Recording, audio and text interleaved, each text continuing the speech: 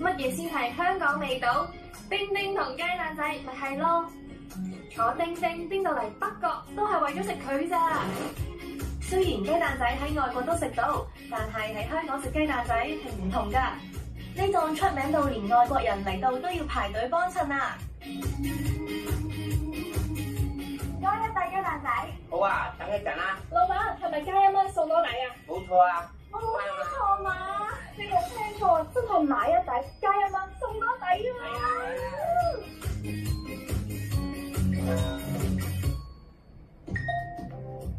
雞蛋仔係50年代香港嘅街頭小食，係好多代香港人嘅童年回憶嚟㗎。材料好簡單，麵粉、糖、雞蛋，但做法一啲都唔馬虎。妙叔叔做雞蛋仔做咗幾十年，咁多年啦，都仍然堅持做好呢一件事。由唔起眼嘅小店做到人龍店，喺2016同2017年更加入選埋香港區米芝蓮街頭小食推介。雞蛋仔就成就咗佢嘅人生，我哋先有咁好味嘅雞蛋仔食咋。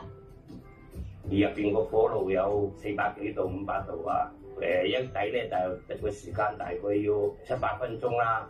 睇個邊同埋要撳下佢個柄，佢收乾水未？佢收晒水咧就冇晒彈性嘅，所以係要靠經驗啦。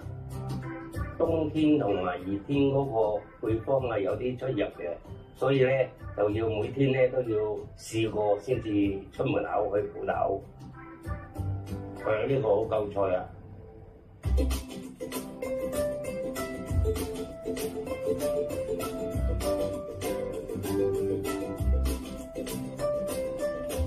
！28蚊一底雞蛋仔，加1蚊有2底啊！好食嘅雞蛋仔咧，一定係即刻叫即刻做，半邊空心，半邊有效。外脆內軟，蛋香濃郁。但我想知買一底加1蚊送多底係咪幻覺一送即逝㗎？梗係唔係啦！睇節目嘅時候咧，記得掃 QR code 攞優惠。星期1至到星期5嘅中午12點至到下午嘅5點嚟買雞蛋仔嘅時候咧，出示翻吃貨優惠憑證就得㗎啦。聽日開始會做1個月㗎。